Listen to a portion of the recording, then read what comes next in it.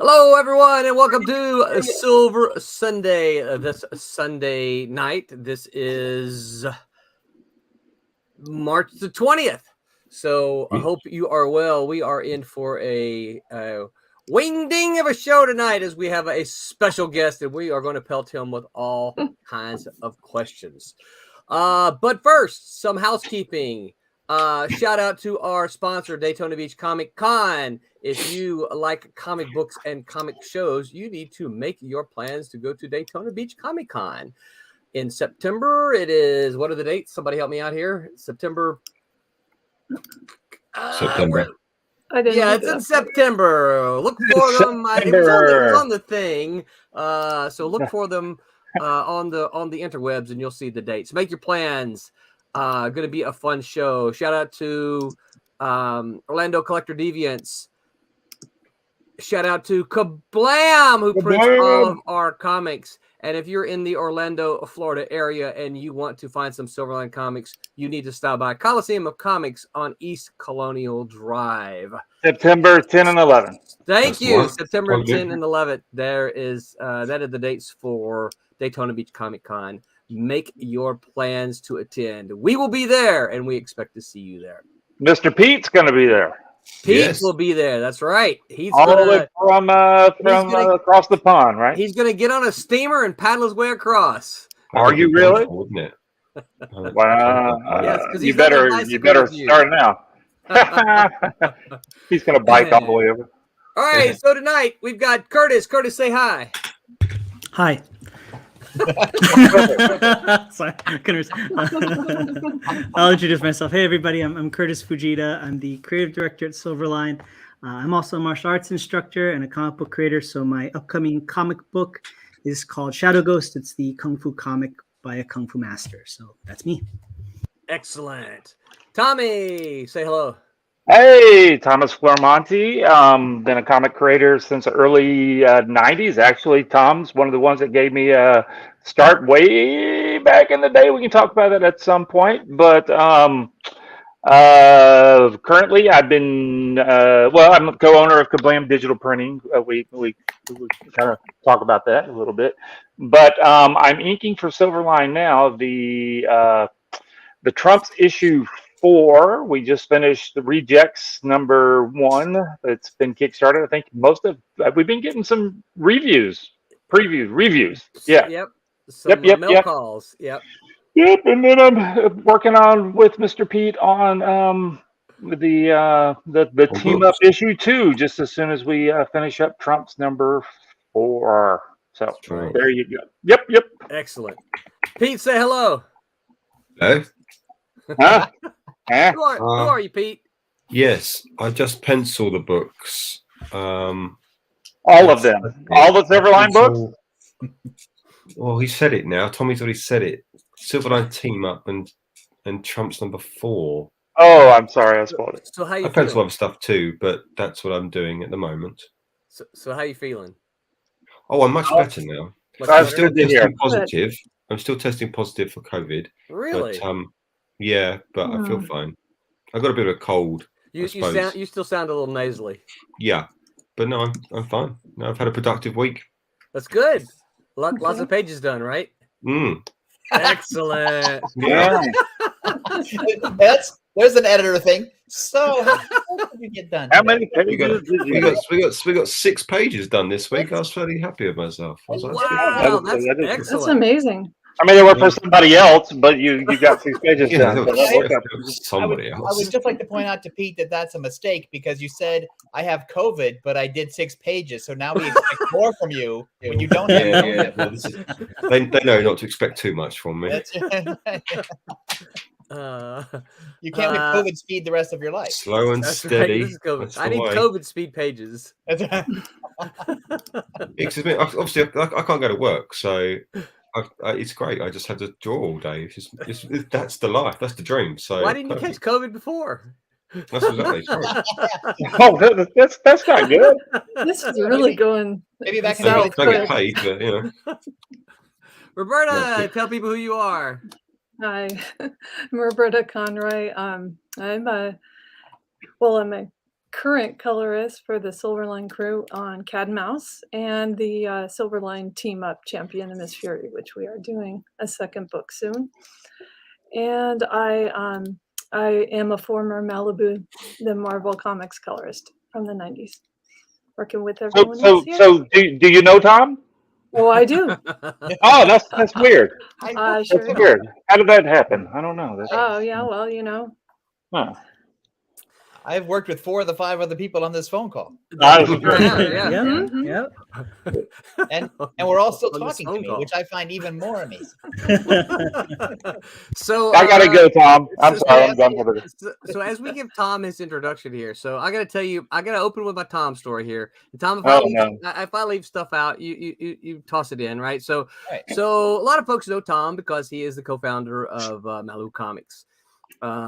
He is also the creator writer for Dinosaurs for Hire. Tom is one of the very first people I ever worked for and with. In fact, Tom may not remember this, but when we first so Cat and Mouse was published by a once in color by an imprint that went belly up. So we took our photocopies, and we took the printed copy of number 1. Tommy, you probably remember this. The printed copy of number 1, and we took photocopies of the next like 3-4 issues of Cat and Mouse, as well as a couple of other books we were trying to do, and we sent them all around, right? We began to hear from a couple of publishers, but we hadn't heard from Malibu, and Malibu's who we really wanted to hear from. They were at the top of our list. So I did what you're not supposed to do. I picked up the phone and I called them. Right? Tom gets on the phone. Oh, did he really? And these were this is almost the first words out of his mouth, right? Who are you? No. And he hung up. Oh, we've been trying to get a hold of you. You hillbilly, don't you know you're supposed to put telephone number on your letters? Oh, did you not do that? I didn't. Wow. What? All I had was an address on there, right? And that's how we had heard back from a couple of other places. Is they sent us. They wrote you back saying no. So that's no. That's another story. Okay. No, but that was my introduction to Tom right off the bat. You hillbilly, don't you know you're supposed to put telephone numbers on your letters? I like to cut right to the chase.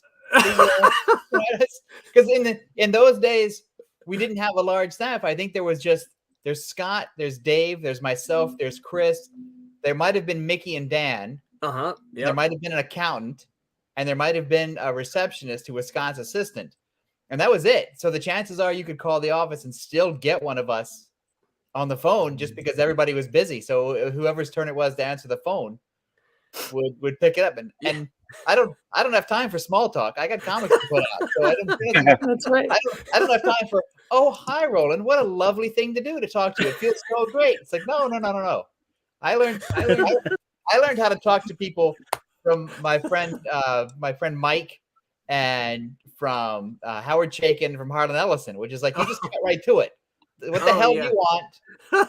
Why are you calling? I don't want to hear about your family or your lunch or your favorite movie. I publish comics. You want to make some comics? Let's go.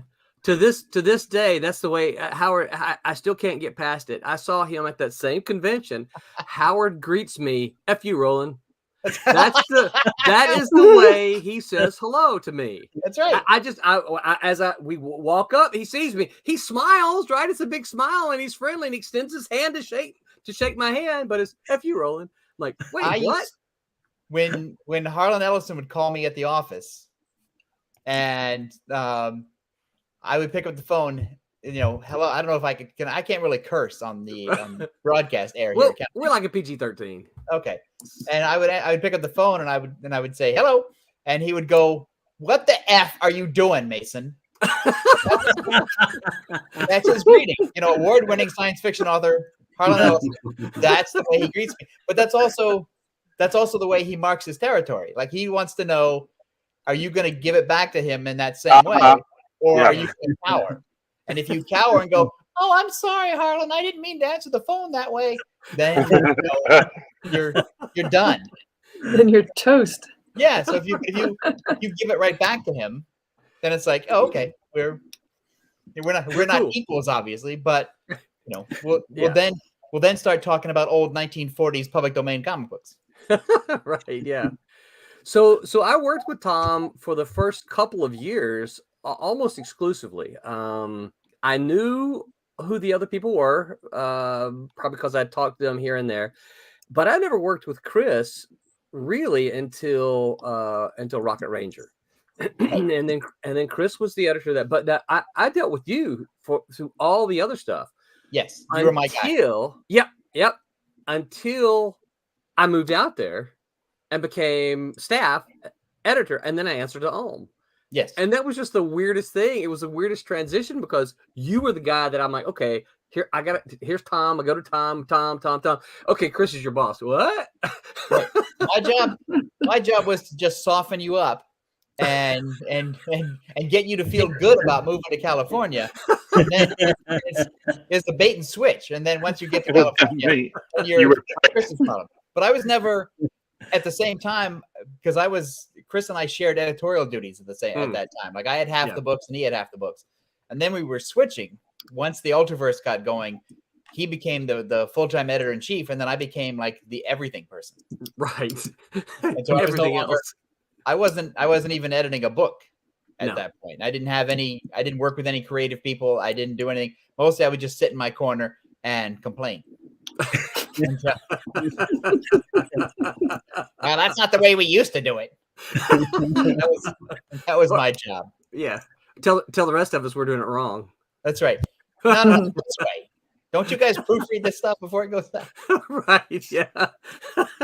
or have these emails with these long bullet lists, right? Right. Yeah, that's right. Yeah. I'm glad those never got saved. Well, got involved there. I still have some of them because I thought they were works of art, things of beauty. I have a few. I have a folder that has a smattering of things that I'm like, man, I was reamed with this one, or good things, right? Dan Danko put together a list one time of the editors and their see if I can remember that. It was the on-time shipping, returnability. He put together a list of all the editors at the time, and I won't be calling out any names, but I kept that because it made me look really good. Right. Well, that was you were the only person that we had hired at that point outside the company who actually had experience putting out a comic from start to finish. Yeah. Like you knew, same thing you do with Silverline. You know how to, not just the writing. Some people only know how to write a comic book. Right.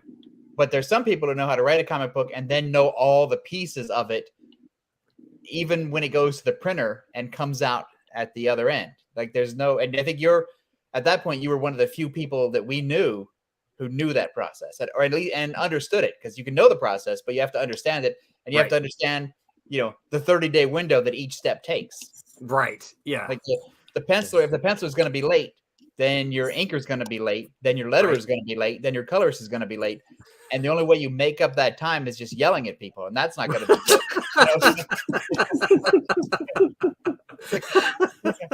good. Your pencil is late, so I'm going to have to yell at 4 people. That's not going to endear you to anybody. So, that's true. That's right. Yeah. Or they'll call you like Walter did, and say, "Yeah, I'm going to fire you." Right. Right. You're fired. You're fired. So Tom, I know that you've done a handful of other things since then, right? Because I am reminded frequently that Malibu is getting further and further in my rearview mirror. Yeah, it's the 30th anniversary of its death is fast approaching. Oh my gosh. Wow. Yeah, so you've done a lot of things since then. Give us some of the highlights, some of the things that you're proud of. Nah. Well, I after I quit Malibu, I worked in television. I still work in television for a long time. I write and develop TV shows. You did some Malcolm in the Middle. I did from Dumb Luck. I got involved in Malcolm in the Middle for a couple of episodes because I'd written the Malcolm in the Middle books for Scholastic, and then the Malcolm people called me in and wanted to meet with me and Dan Danko because he was writing the books with me, right? And that's how we got to work on the show. And then we worked on a bunch of shows that nobody ever heard of, like Supernormal and Pet Alien and Rob Dyrdek's Wild Grinders and Captain Flynn and the Pirate Dinosaurs. And we created a show for the BBC called Leonardo. And Pete, then Pete, have you seen that one? Yeah. There you go. Yeah, all right. There's the guy who saw it. That's right. It's the one. And then, I think it's the one I'm thinking of. I don't know. It was set in Renaissance Florence. Yeah. That was good. I enjoyed that. He was involved in conspiracies, and he used early examples of his inventions as prototypes to solve crimes. He was like a Renaissance Batman. Yeah, it was good. Yeah. What was that? What? Yeah, everyone liked that, didn't they? Do what? I enjoyed it. Yeah, well, there. I love you. Just me there. I Then we worked on a preschool show for Nickelodeon called The Fresh Beat Band. And then we worked on an Italian TV show called Bat Pat. So we've done, I think Dan has the count, but we've done something like 600 different episodes of children's television over the years. Good grief. Wow. Either as writers, story editors, head writers, stuff like that. I worked on a show called True in the Rainbow Kingdom, which is on Netflix. I wrote a bunch of them, but I was also the comedy consultant.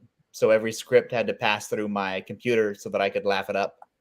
Nice. Then I still dabble in comics every now and then. Somebody calls me up and says, "How do I do this?" Yeah, I'm sure you get those calls too, where there are a lot of people in advertising or publishing who look at comics as some kind of magic thing and don't know how it's done. And so I know a guy who makes comics. I'll call him.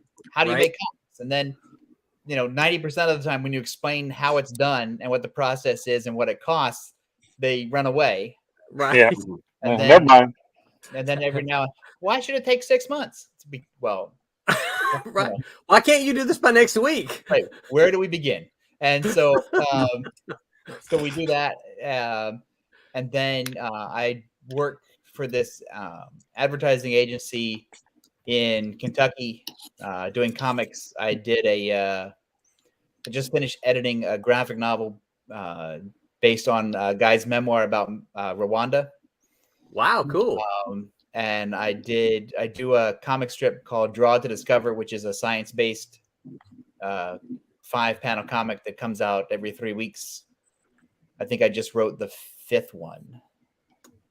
Then I have a show in development that was absolutely positively 100% definitely going to happen right before COVID, and then all of a sudden it wasn't 100% definitely going to happen, and then it was, and then it wasn't, and then currently it is, and I get called every 2 months to sort of fix it back up as new financing comes in or falls through. So that's what I do. It's a merry-go-round. Yeah, it is. Got a couple of comments here already. Here, James Davis says, "Greetings, everyone." What's up, James Davis? Bobby Weskovich says, "Hello, Big Dummy. Y'all on Facebook at home? Hello, Screw Loose." Bobby Weskovich is my father-in-law there, Tom. He talks to you like I do. Yeah. Yeah. That's nice. Fruit Bat says, "Hello. What's up? What's going on, Fruit Bat?" James Davis says, "I have a few of the Pet Alien cartoon DVDs." Oddly enough, I do too. I don't have any of those. James says, "I think one of them is Spaced Out." Yep. Yep. Okay. I think there's 2 or 3 DVD collections. Wow. And I did not get them, and I don't get paid for them. So wait, you don't. No, animation writers don't get royalties or residuals or anything like that. I did not know that. Yeah. That's brand new news to me. Really? So you just get paid the fee to script it? Yeah, the flat rate. Now there are ways that you can cheat that. Like if I wrote a song that appears in the episode, I'm a member of BMI, the songwriting residual collecting place, and then I get money from that. And then there's a weird kind of collection agency that collects royalties from overseas broadcasts. So every 6 months or so, I get a check for about 14 cents. For something that I can't explain why, but I dutifully cash it. Of course. Then, but yeah, like what I get from Comixology. That's right. You mean Amazon? Oh yeah, it's Amazon now. Yeah. Mm-hmm. Yeah. You don't get royalties or residuals from cartoons. Yeah. I did not know that. That's interesting. I think I've still got a couple of you and Dan shared some of your early scripts with, because I was teaching animation at one point in time. They've since removed that part of the program, and I had some animation stuff from you and Dan that was part of my class. Aha. So yeah, with your permission, of course, but that was a long time ago. Yeah. Did you give me money? No, I did not. I'll have my accountant send over an invoice. That's the way it's supposed to work in writing, right? I right. Just use it and don't give you money. It's as if you found it on the internet. Right. Everything's free on the internet. All right, so Tom, we're gonna pelt you with questions. I have one for you first, though. Okay. You have a book that's spelled Beah. Yes. How do I say that? Okay, Tom. I'm going to ask you to remember your most memorable role in conversation, and just imagine me saying, "Yeah, we were out camping and we saw this bear. It was this big bear, and we ran because it was a bear." Well, that's what I figured, but I also thought it might be like Aunt Bee from Andy Griffith, some variation of that. So no, it's bear. It's like the traditional Southern method of saying bear. Bear. That's it. Yep.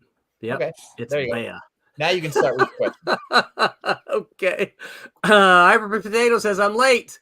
Well, welcome, Hyper Potato. We're just now getting into questions, so if you've got them, pop them up there. We'll ask Tom.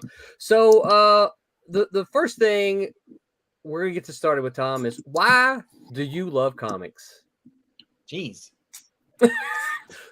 So I think.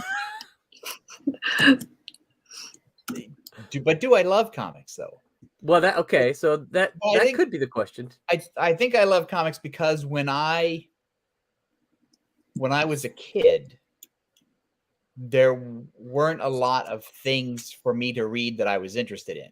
So when I was in high school, for example, it was all Shakespeare, and it was all, Leather Stocking Tales or, James Fenimore Cooper or whatever, which are all fine, but that's really, it doesn't speak to me. Right. It's like the stuff I watched on TV was, Lost in Space or The Avengers or Land of the Giants or Wild Wild West or whatever. Johnny Quest, even the Flintstones or the Herculoids or whatever. All that stuff was endlessly fascinating to me. I love that stuff. And the only thing that I found that connected with that was comics. And you could read, a comic in 10 minutes. So you could plow through like 30 comics and think, I'm cooking. I am reading at a furious pace. You read your one little book. You read your Leather Stocking Tales or your whatever. I've read 30, and so. But I liked it also because it was. I love the mix of art and story. I like the way everything worked together. I had no understanding at the time of how it was made. I didn't realize it's made by old white people in New York City. And they're trying so hard to be like hip happening dudes with their comics and their old man slang or whatever. But I loved them. And when I was sick, and I would stay home from school, which is like, the golden hour. Yeah. Then my mom would go to the drugstore and pick up my prescription for whatever I needed, and she'd come back with like a dozen comics. And you grew up in like sort of middle Western Virginia, right? Well, I grew up in if you look at Virginia like a triangle, I grew up in the corner of Virginia that's just under West Virginia. Right. Yeah. And so it was in those days, it was small, it was rural, it was, comics were hard to find except at a drugstore. Yeah. Yeah. And they were easy to find there, right? Yeah. You couldn't find everything, but you found enough. So Hyper Potato says, do you remember your earliest comic projects prior to Malibu? And then how did you get involved with Malibu? I know the second part of that, I've heard the second part of that, but what were your earliest comic projects, Tom? I was working, because I guess the hardest thing is that a lot of people don't understand is I had no desire to work in comics. Like I didn't have that dream where I was sitting at home going, I got to make some comics. I got to write some comics. I got to draw some comics. I didn't have that burning desire. So I'm the stupid one who just sort of, that people look at and go, no, it doesn't happen like that. Nobody does that. And then I just sort of fell into it. I was working, I was living in Connecticut. I was working as a cartoonist, and I had work that was published in Playboy and the Wall Street Journal and TV Guide and all this stuff. And because I was freelancing, I needed a lot more money. So I ended up getting a job at See, imagine that. Freelance living, it's great when your expenses are small, but when you want to have like a life, like you want to date, you want to go out to dinner, you want to have a car, you want to buy food, you want to buy food, you kind of need a job. And so so I got a job at Fantagraphics because I'd worked on my college newspaper. I had paste up and art direction skills, and so they hired me to be like a paste up guy. Really? Yeah. And that's in the pre-computer era. That's where you would actually take the text and paste it down on the page, like an Amish person would do. Right. You were still doing that when I arrived to California, actually. Yes. Yep. And in the early computer days, the graphics design programs are so terrible that we used to print it out. We would just print it out and paste it up the old-fashioned way because it was the only way to maintain any kind of control. Right. So I worked for Fantagraphics as an art person, like a paginator kind of guy. Yeah. I always joked that I was the guy that put the page numbers on issues of the Comics Journal and Amazing Heroes. That was, that's the extent of it. But I sort of thought, I'd love to make like a funny thing. So I created a magazine called Honk for 3 issues, which was a mix of interviews and comics that Fantagraphics published. And then I did, when Fantagraphics moved to California, they brought me along, which was great because now I was finally in California.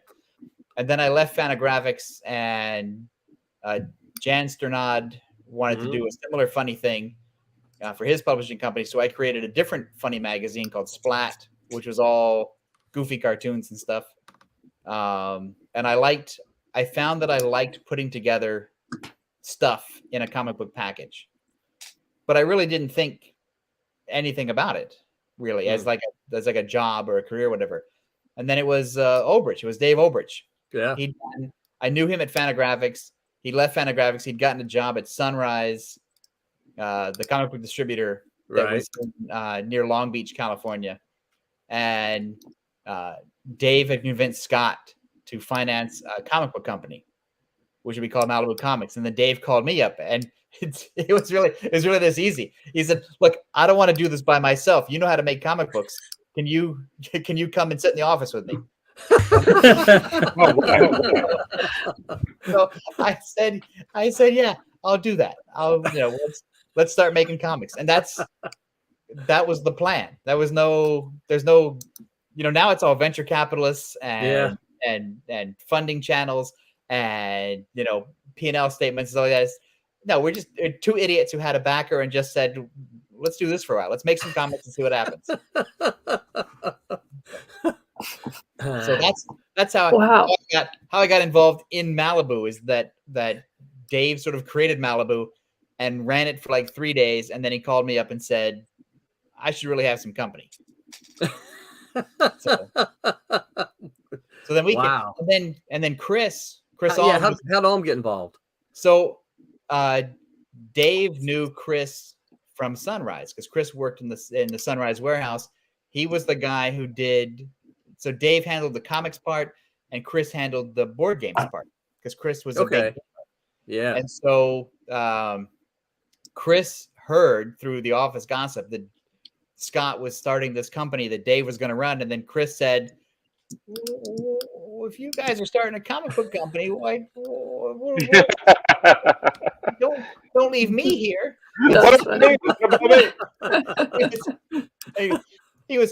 He was actually much more aggressive about it than I made it sound. But he basically just said, I don't want to sit in a warehouse all day. So I want to do this.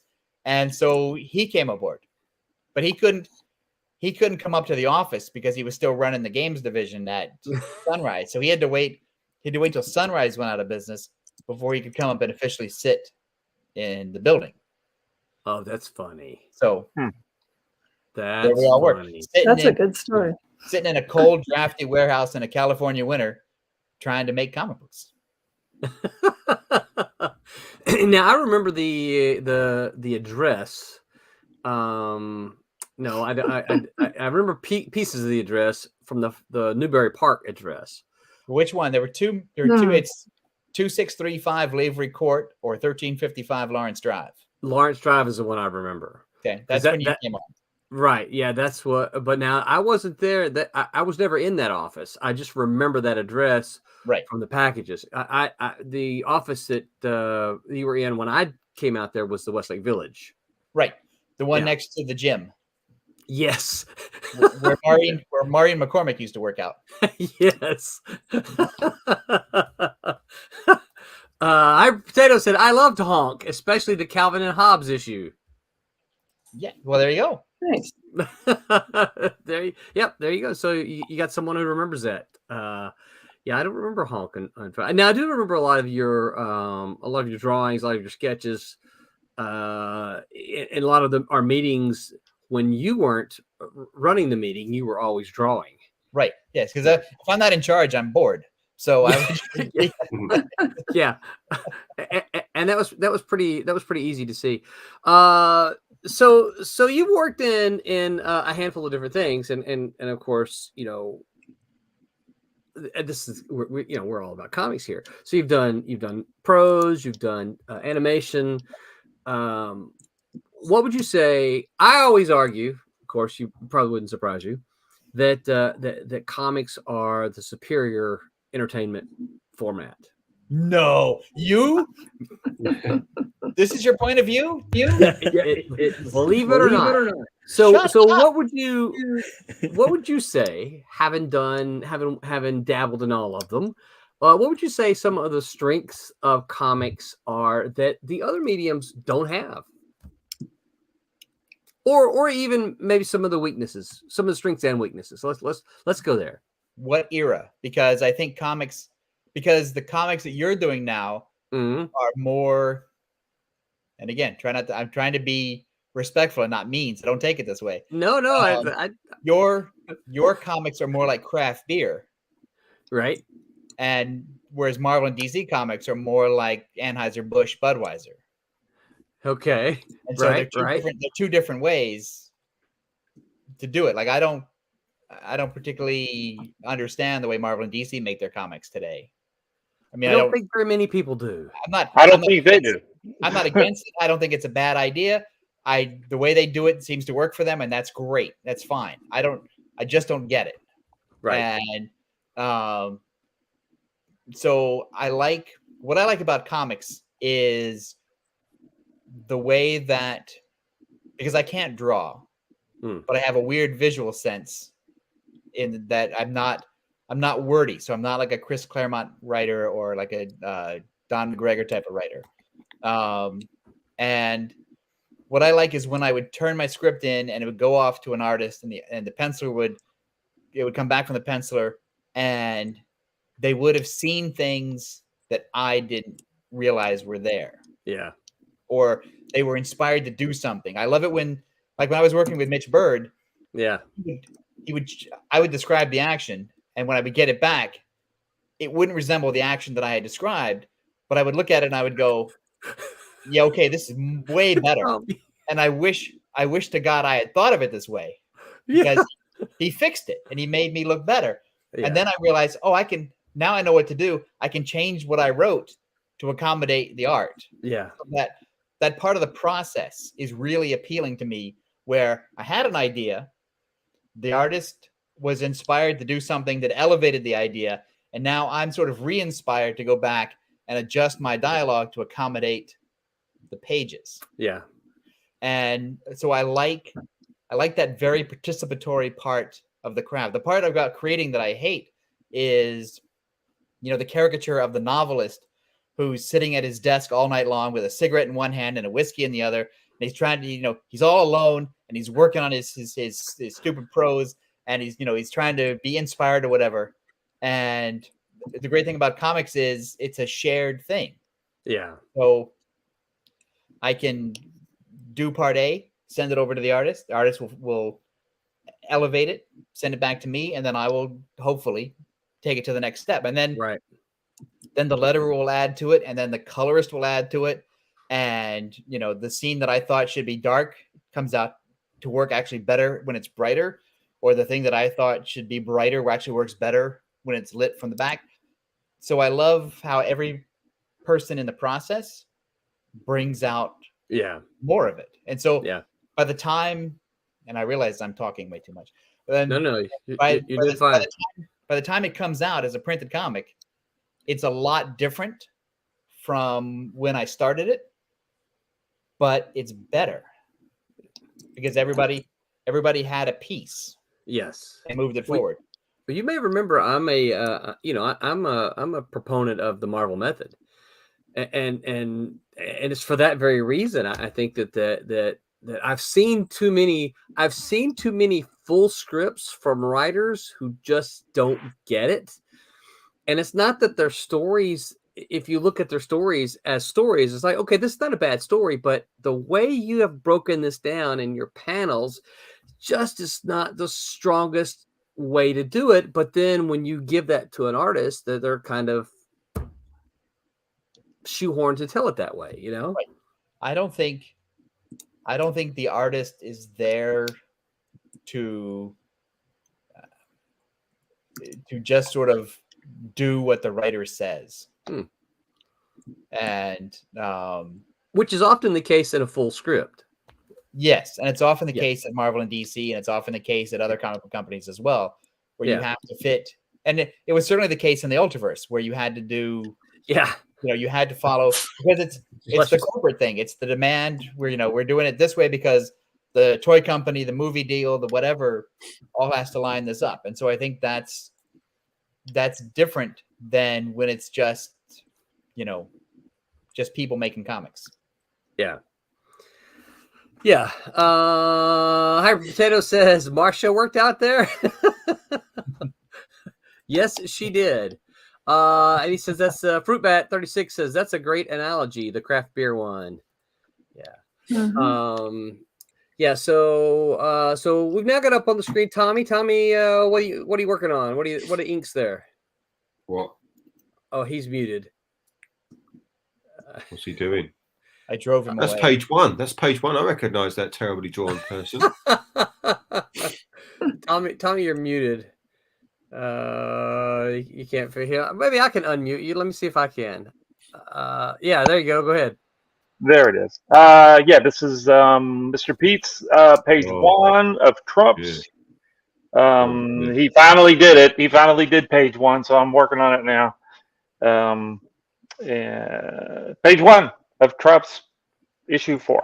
There you go. Yeah. So do you always? Oh, sorry, Ron. Go ahead. No, go ahead. do you always ink like? Well, to me, it looks like you're just inking randomly as opposed to all over the place. Yeah, you're all over the place. Yeah, I do a little here, and then I do a little here, and then I do here. I've seen him ink enough pages, Tom. The answer is yes. That's exactly what he does. It's funny because this sort of ADHD approach is what I do. Is when I start writing, I might have an idea for the middle part, and I'll write them and be inspired, and then the middle part will come first, and then I'll have to write the front part, and then write the back part, and then go back and fix the middle part. So I'm all over the place too. No, Tom.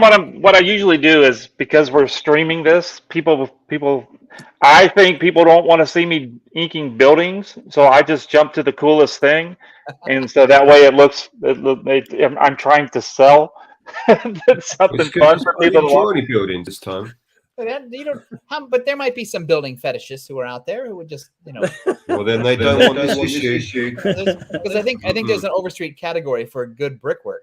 Right. Okay, I'm gonna work on this building here then. See how many people go away after inking this one. What about fire engines? Pete loves to draw fire engines. There. I just don't like vehicles. Hey, I don't like them. Do a man in a businessman's hat, and then do a sports car. Yeah. Yeah. Fruitbat's got another question here. He says, "How many comics did Malibu launch with? What were they, and who worked on them?" So, all right, so go back to the early days. What were the first comics that Malibu did? I can't remember. You guys did a bunch of stuff. A lot of black and white. Yeah. So here's the thing about this kind of comic book company is that so we launched with 3 titles. We launched with R.A. Jones and Butch Bertram's Dark Wolf. Okay, I remember that one. Which had come in from Elite Comics in Texas, had published at least 1 issue, maybe 2 or more. And they went out of business, and R.A. and Butch didn't have a place to take it. And so it would come in packaged. So like R.A. would write it, Butch would draw it, pencil and ink it, and then Butch's wife would letter it. And so it's like one of the easy comics. Mm-hmm. Is you're not really editing because it's creator owned. And so you just have to make sure that they don't screw it up. Right. But you're not really giving R.A. story advice or Butch art advice. And then the second one was Libby Ellis, which was from a guy named Dennis Pimple, and Norm Dwyer was the artist. They were in Chicago. And Libby Ellis was packaged as well. Dennis wrote it, and Norm did the pencils, the inks, the letters, and even colored the covers. And that's when we thought, well, this making comics is great. Other people put the comics together. They're doing all that. Do anything. Right. There's certainly a level of craft here. So, that's great.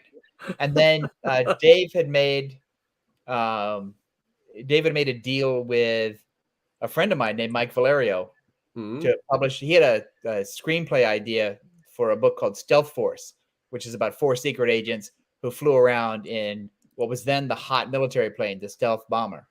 Yeah. And they would go into various countries, and they would act like James Bond spies or whatever. And he wanted to eventually turn it into a movie. But he was willing to break the screenplay down into comic book form. And so he'd already been hired by Dave before I got on board. And so then I actually had to work. I had to go find an artist and actually do the job of an editor. So Stealth Force became the third book for the first launch month. Wow. Huh. I remember. I think I remember Stealth Force. I'd have to see some covers. I think I remember that one. Libby Ellis is ringing a bell, but not particularly. I'm not seeing any visuals here. Hyper Potato says, "Whatever happened to Dennis Pimple? Dude could draw."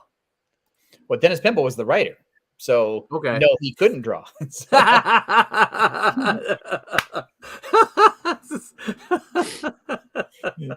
But Norm was the artist. Norm was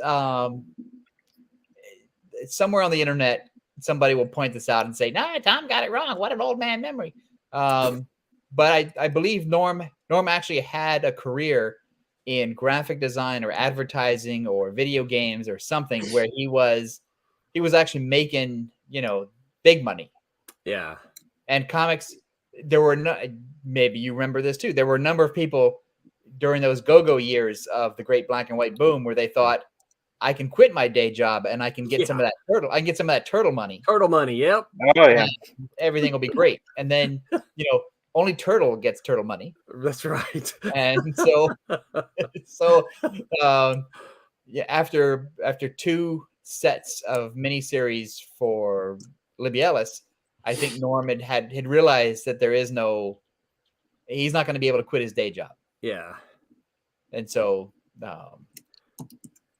I sort of, it's the same thing. If you're not drawing you get, when you're putting out 10 or 12 comic books a month, you're really busy. So you lose track of people. If you're not publishing their work, I don't really know you anymore because it's sad but true things, I've got 12 comics to put out, and I'll see you at a convention.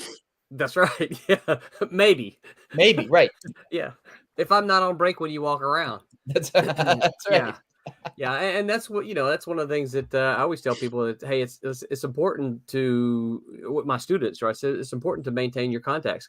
One of the things we beat in their brains, Tom, at Full Sail University is it's all about networking. Is that people want to work with people they know.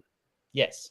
And like you're getting ready to start if you get ready to start a company, you're going to automatically call the people that you know and that you like and that you want to work with.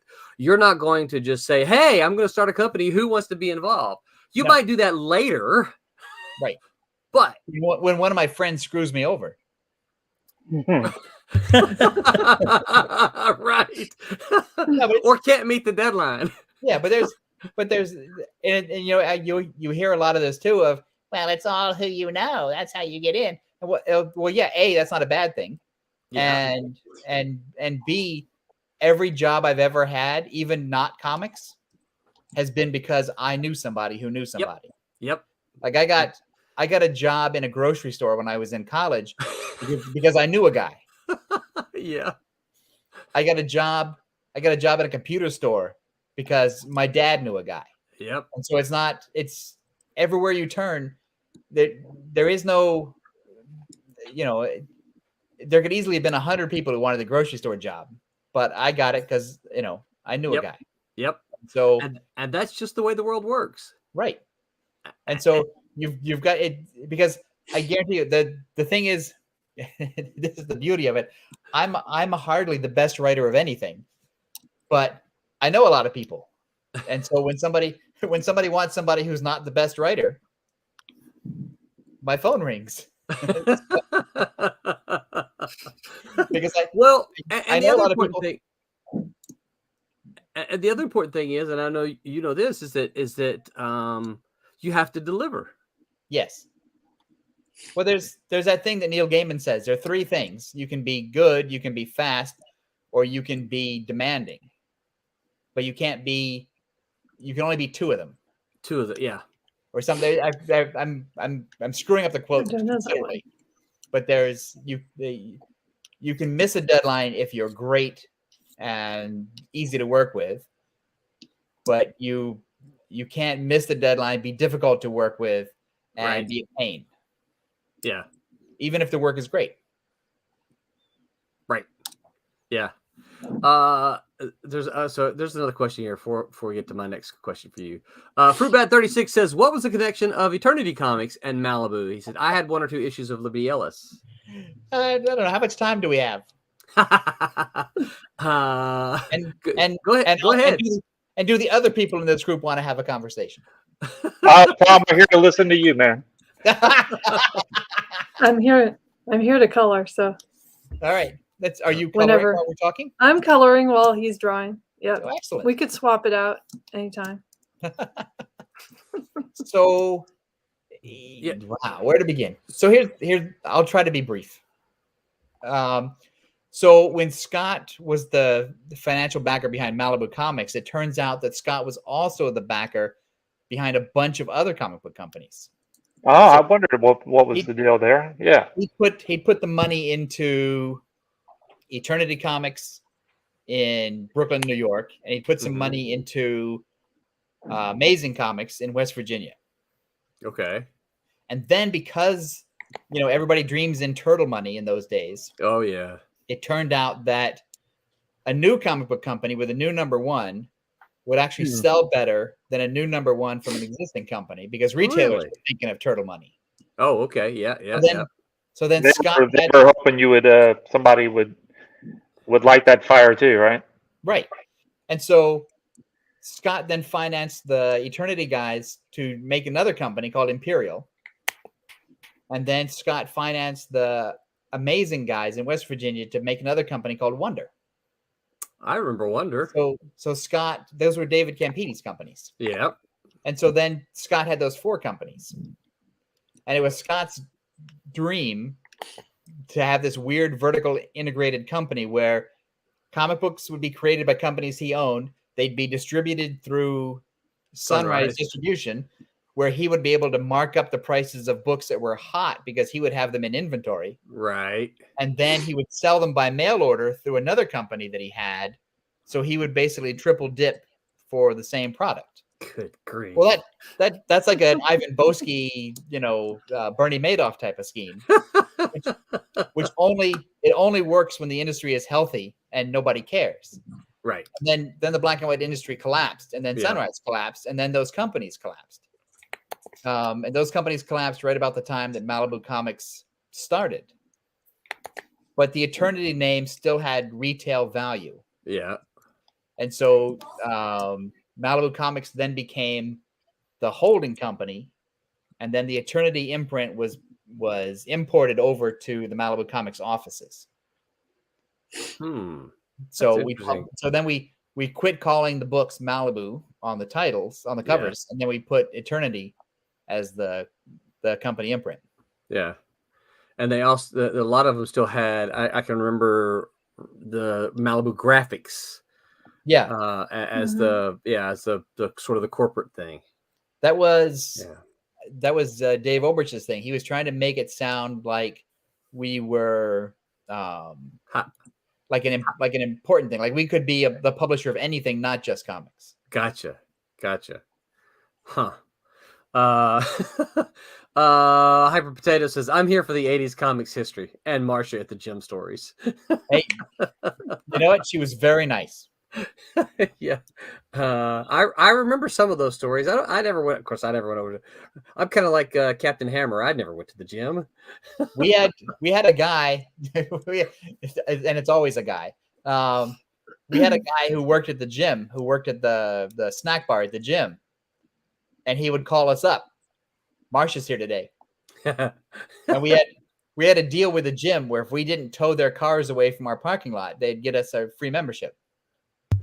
Yeah. And so then a bunch of guys would run over and hoping to catch a glimpse of Marcia at the gym. I remember that actually. I remember asking about the parking lot specifically. Yeah. So Curtis, Pete, Tom, Roberta, y'all have questions? Actually, I have a question or kind of more clarification because one of the stories that I remember Tom kind of telling, but I don't remember all the details was I've always felt that Tom's like very clever and in the sense that I always noticed that you would never take no for an answer. You would just find a creative solution to get the yes that you wanted, That's right. In a good way. That's true.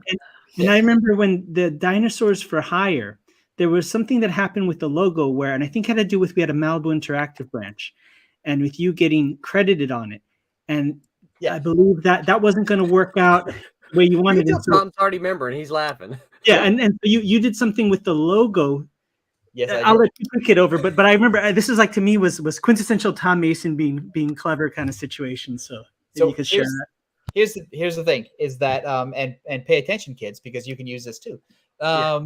Is that so? I had this project called Dinosaurs for Hire, and we had the Malibu Interactive division, and that was run by Bob Jacob. And Bob had made a deal with Sega to have Dinosaurs for Hire turned into a video game, and it was going to be produced out of house. So Bob's division wasn't going to do it. There was a studio in Diamond Bar, California that was going to actually make the game.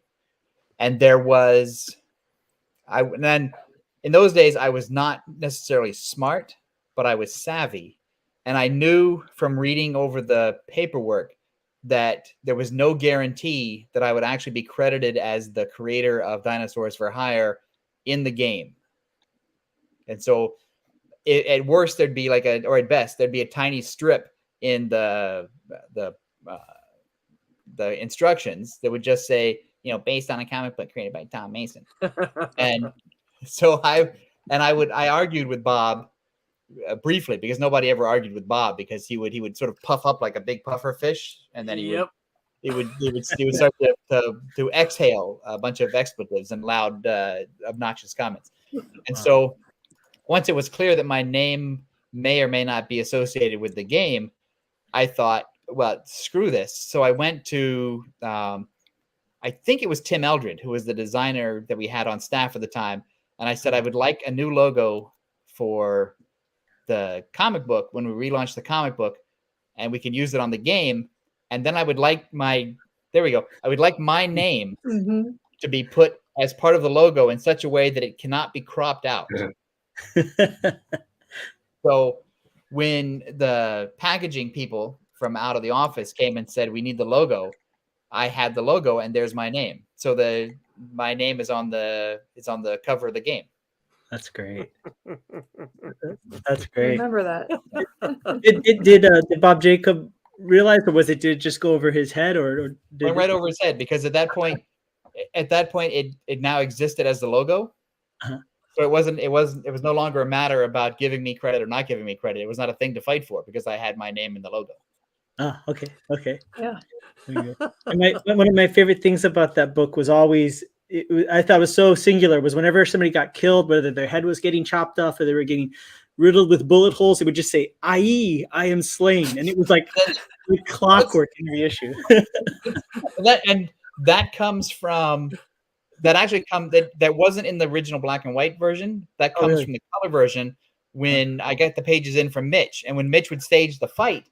One of the things he would do, one of the great things he would do, is he would always add characters in the background, and there'd be a little bit of white space, and I can't leave white space. Right. I can, obviously, for the colorist or whatever. I'm fine with the space, but if it looks like a word balloon could fit, I'm gonna think of something to put in there, because it's always like, I think this guy needs to say something, and then it became, the guy getting stabbed going, "I am slain," or "Oh, my head fell off," or So funny. And so the more I did that, the more Mitch would keep putting people in the background, and so then it just when Mitch left, I was really, well, Roland knows, when Mitch left, I was like super bummed. Yeah. That's great. And here's the thing, this is the great thing too, is I never talked to Mitch. I never met him. I don't know what he sounds like. I don't know anything about him. Even till today, you've never met Mitch? Never met Mitch. Never talked to him. I knew him. I knew him through Roland. Yeah. And through working on Cat and Mouse. And I wanted him on Dinosaurs for Hire. And he agreed to do it. And I sent him the scripts, and he was a workhorse. Oh man, yeah.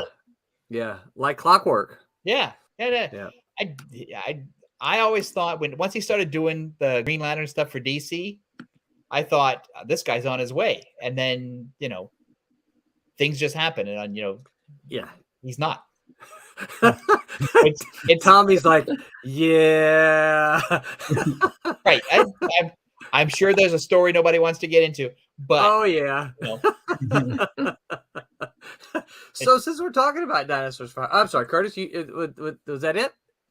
I had one more. Okay, go ahead, fire away. I've got a big list, and my list can wait. So one thing I thought was Prototype, right? Which was really great. Ultraverse characters. I always thought it was interesting because when it started out, it kind of seemed more or less like, oh, it was like an Iron Man clone kind of thing. But then it was revealed and later on in the series that the person, Jimmy Ruiz, right, who was actually inside the armor, actually had power and was actually an Ultra. How did that? Was that something in the beginning, like right from the groundwork, was part of it, or was that a twist? Because I thought that was a great thing with that story. So the original, this is where I'm going to take credit for a lot of things, and then I'm going to give most of the credit to Len Straczewski. So it's going to be sounding like I talk a lot about myself, but it won't lead anywhere. So I created in quotation marks. The original concept for Prototype was a pitch that I did at the Ultraverse conference called Company Man. And Company Man was the idea of what if there was a superhero who was basically the mascot for a corporation. And so he would do car shows and boat shows or whatever and commercials or whatever, but he was actually their weapon.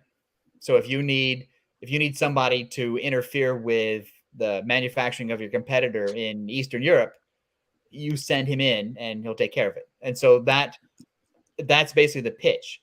And then the other stuff, I think it's Len Straczewski who came up with the name Prototype. It's Len who came up with the Jimmy Ruiz stuff. Oh, really? I didn't have Jimmy Ruiz in mind at all. Len brought that in. And then the idea that Jimmy was a battery, and basically the suit was the thing that contained his power as opposed to give him power.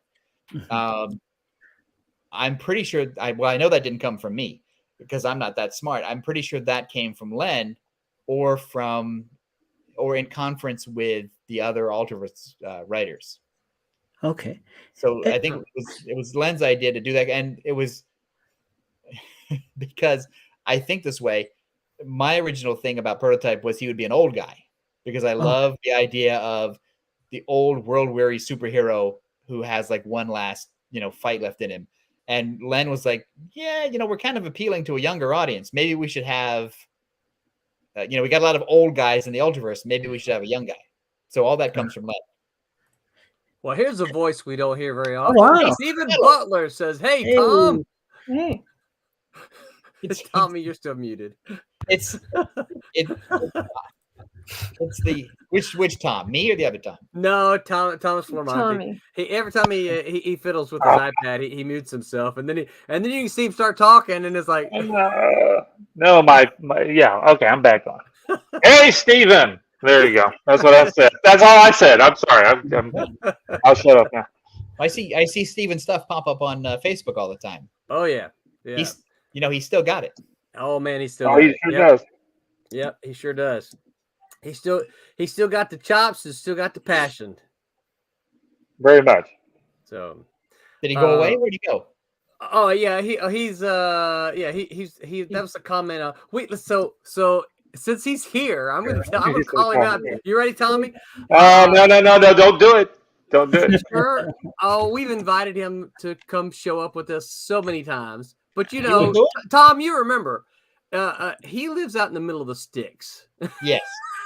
He still lives there, okay? He still lives in the middle of the sticks. And so he's like, yeah, Roland, I need a Dixie cup to get onto the internet. I don't think my connection would be very good.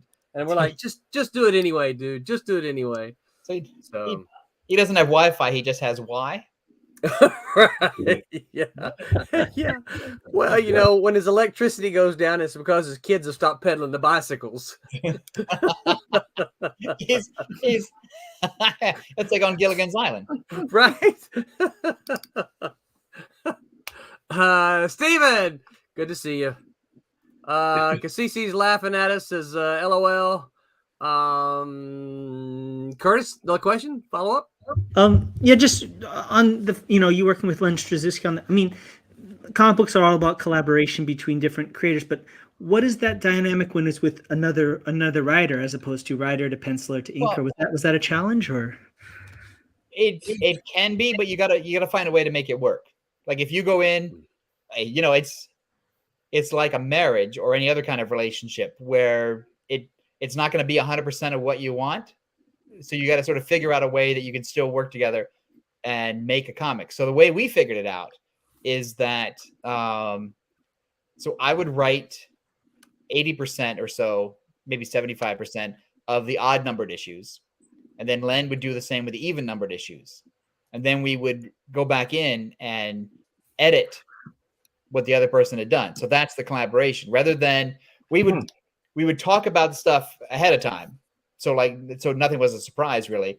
And we would say, this is the plot that we should do. Let's do it this way. If we set this up this way, we can probably get 2 or 3 issues down the road following the same tale. So so we would talk about it in advance. Then I would go off and I would write, and we didn't have to turn in outlines or anything. So we would just write a script. I'd give it to Len before Alm ever saw it. And then Len would, fix it. And because I have a tendency to go off the rails. And then Len would send it back to me. And then we would talk again about what Len had done. And then Len would do the second issue, the even numbered issue. And we'd work that same process. And so that's the way we would work. Oh, that's that really worked. cool. That worked. It's not the prototype that I would have done on my own, and it's not the prototype that Len would have done on his own. But I think it's a better version of prototype. And we were in sync. We were never fighting about oh you jackass, why did you change this or whatever. It was more like what's the best way to get to this point in the story. Because we have 12 issues, we have 12 stories to tell over a year, and we have to do one every 30 days. So, you make it work. That's really cool. One thing with Ultraverse, I feel like there's so much stuff that nowadays has its DNA from Ultraverse and from all the stuff Malibu did. And I always thought the most fascinating was what happened with the Exiles, and like Robert Kirkman, the final issue of Walking Dead was kind of a big surprise and all that. But to me, it reminded me of everything that was done with the Exiles book for the Ultraverse. And yes, whose idea was that? And how? Because I think when I first started, I remember it was almost pre-Ultraverse, and I saw pages of the Exiles at the company being worked on alongside the Protectors or something. If I remember, I can't remember the full details. Yeah. So the thing is that we had. So Chris and Dave and I created a book called The Exiles prior to the Ultraverse even being started. And we had hired Paul, I'm going to say his name wrong, I think, Paul Pelletier. Yeah. Yep. We had hired him to pencil it, and we had gotten, I'm pretty sure it was Ken Branch who inked it. Mm-hmm. Yeah. And by the way, that Branch guy, he's good too. Yes, he is. And so... and we had it sitting there, and we were working on it, and we were thinking about it, and we're trying to figure out what to do with it. And we realized that nobody really wants a one-off superhero book from Malibu Comics, because they would just, here's what the sales would do, and blah blah blah. And then we got the idea for the Ultraverse, and we went away to this conference with all the Ultraverse creators, and we had this meeting. And Gerber, Gerber is sort of like a firebrand at somebody. When he gets something in his head, he's like a Marxist on his podium. He's just when we kill superheroes, when we kill our characters, they should stay dead. He's and it's like, okay, Steve, fine, they'll stay dead, whatever. And so and Chris writes it down in the notebook. Steve Gerber says, when we kill people, they just stay dead. And so it rolls around in the back of our head for a while, and then we get back to the office when the conference is over, and we're still rolling around. And then it hits, I forget who it was, but somebody said, we have this book called The Exiles that's not really connected to the Ultraverse because it doesn't have its DNA from the original Ultraverse conference. It's not really in the Bible. What if we kill them all? And what if they stay dead? And so we talked to Gerber about it, and Gerber loves the idea because it validates his theory of killing people and then having them stay dead and not ever bringing them back. And then I think it's either Dave or Chris who said, let's not tell anybody. Like let's kill them off, but let's solicit it as if the book is still coming out. So we kept it as a secret in the office. Only a handful of people knew. And we and Gerber kills them all off at the end of issue 4. And we still solicited issue 5. We still did a cover mock-up for it. We still solicited issue 6 through the distributors and had orders for it. And then the 4th issue comes out and everybody's dead. And then we announced that, oh yeah, haha, we tricked you. And issues 5 and 6 don't really exist.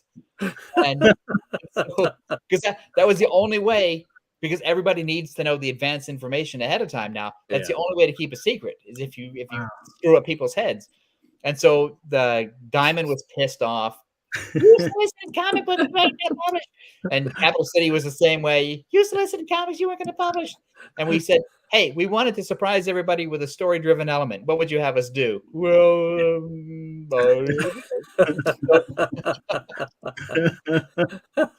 yeah. So they stayed dead. Yeah. Yeah, still one of the great stories. Definitely. What was the fan feedback? Were the fans receptive, or I don't recall if there was any...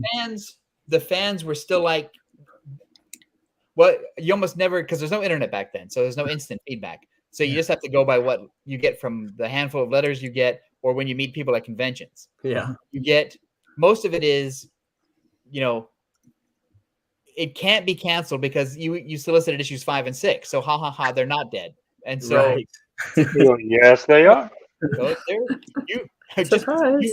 you wait and see, because it's not coming out. I'm still waiting. Yeah, they're still waiting. So, and then, but you get a lot of like, nobody ever does that. Like nobody. That was really a surprise. Like that was a cool surprise. And then why did you kill? Why did you kill characters I was invested in? Right. Yeah. Like, well, they had to die for the story, and then the story became a surprise. Because Malibu needed a blood sacrifice. That's what you have to. One must appease the gods, and I wasn't going to give up my children. So, comic books are all you get. That's great. That's so great. Yeah. Thank you. Roberta, you got any questions for Tom? Yeah, I thought that there was going to be like a Dinosaurs for Hire show or movie or something. Did that ever? I am so glad you brought up Dinosaurs for Hire, because that's one of the questions I always ask Tom about. I want to know. So the thing is, it got licensed to 20th Century Fox, and Fox wanted to make it as part of their afternoon syndication block, because they smelled turtle money. They thought, hey, these guys are lizards. They look like lizards. They're kind of like turtles. We could sell them side by side with turtles, and we could get a lot of dinosaur toys, and we could, because kids love the dinosaurs. Oh yeah. And and then they went off and they did some development that they did not like, because they couldn't juxtapose the content of Dinosaurs for Hire, which is people getting shot by dinosaurs with actual guns, with the happy jolly Tuesday afternoon it's too tame block of turtles going cowabunga. And so I go into this meeting with the Fox people, and Len Wein is there, and they want to bring in Len Wein to try to make the Dinosaurs for Hire more turtley. And and Len, Len's a valiant trooper. He's a writer for hire at that kind of thing. And so we have a long conversation in the conference room with the Fox people about how to make it. Then they're all concerned, like, do they brush their teeth, and what kind of chair do they sit in, and do they have a clubhouse, a meeting room? And, it's like, and I just sort of like, and I'm sitting there thinking, this is like every Hollywood movie I've ever seen, every Hollywood meeting I've ever seen in a TV show or a movie, right? Where, because the comic is not about how they brush their teeth or what, whatever. And so, but we have this long conversation, and then Len goes off and he does his thing, and he brings it back in, and we have another meeting, and the meeting is basically, we can't, if we try to make them too much like, if we try to make them like we want to make them, which is like the turtles, then we lose all the funny parts of the comic book. Yeah. Mm-hmm. Well, yeah, because it's not a turtles comic book. It's it's a subversive, angry, violent, volatile piece of entertainment. Angry incel teenager. With you know, it has nothing to do with turtles and pizza and sewer rats. And so and all of Tom's jabs at the comic book industry. Eventually they understood that it wasn't going to work, and they canceled it, and it never got out of development. It never got. I have some crappy art that they did. Oh yeah, where they look like 8-bit Nintendo characters. Oh man. Oh wow. It's just that are hysterical. But it just can't go anywhere from there. No. It's because they're not turtles. No, and if you want to, and the funny thing is, and I didn't tell them this, but there were other turtle-like properties they could have gotten. Oh yeah, like hamsters, gerbils, any of those things, kung fu kangaroos or whatever it was. Oh yeah, could have got it if they want to catch that turtle magic and start living high on that turtle money. There's plenty of places they could have gone. You don't have to take, you can't turn Dirty Harry into Johnny Quest. No. It would have been great for Adult Swim or something like Adult Swim. That would have been perfect. Had Adult Swim existed back then, that would have been the perfect place. You just walk over to Cartoon Network and go, well, here I am. Yeah. So one of the questions, that I pepper you with probably once every 12 months or something like that is, when are we going to see more Dinosaurs for Hire in comic book form? Here's the thing. Is I have all the rights. Mm-hmm. Okay. I've collected them back over the years, and I've sat on them because I don't. Well, for one thing, I don't think I could do the exact same comic book now that I did back then. Gee, why, Tom? I think the world is different, and I'm different. Yes. So I learned. Really? I learned not to be so angry, and I learned not to be. I learned how to tell stories. And that stories are not just a series of unconnected jokes that lead to a conclusion where everybody gets shot. I think, oh my God, I love it. So I think there's that, and so I have a take on them, and I have a plot, and I have some other ideas for stuff, but I'm never, because of the way the world works. I mean, like there's no Marvel isn't going to do it, and DC's not going to do it, and there's no independent comic book company. Ross, God bless him, I love that guy, but he's not going to do it. Oh no, it doesn't fit the boom. Right. It's not a boom book. No, and it's not, and I don't want to get, because I do tend to go off on, so I don't want to get anybody in. I don't want to get Ross in trouble. I don't want to get because he's a Disney guy now, and so Dark Horse, there's nothing there, and Valiant doesn't do that kind of stuff, and so the option left to me is Kickstarter. Yeah. And it's a good one. I could do that. It's a good one. You seem to be doing just fine. Yeah. And so there's that. But then the other, I haven't really figured out if the idea is, yes, Roland's going to do it now. There's a thing, and I see this in other guys, and it's always guys from the interwebs. It's like, well, I had this comic book that was popular in the 80s and 90s, and now I'm bringing it back. And it's like, well, yawn. A lot of people don't really, care. And just because you had a comic book in the 80s and 90s doesn't mean you have staked out any ground in the 2022s. In the 2020s, yeah. Right. Mm-hmm. And so there's that. And so I sort of sit on it and I think about it and I roll it around in my head. And, I got an artist. I got, I seem to have met a colorist today. Have you boys read the Dinosaurs for Hire books? No. Okay. They don't. My kids don't care. Oh, yeah. Doesn't it just make you cry?